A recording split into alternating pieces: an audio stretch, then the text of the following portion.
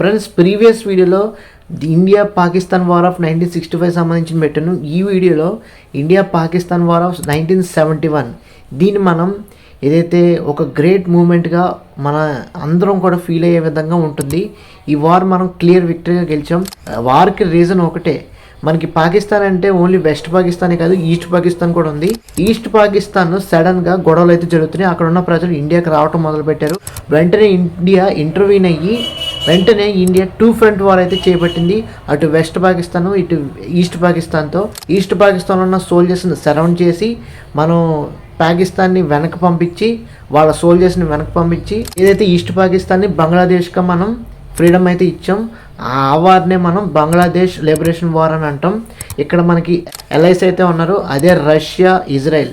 Russia చాలా బాగా మనకి హెల్ప్ చేసింది ఈ వార్లో. Greatest victory of our India అని చెప్పుకుంటూ ఉంటాం. సో ఇది ఓవరాల్గా 1971 వార్.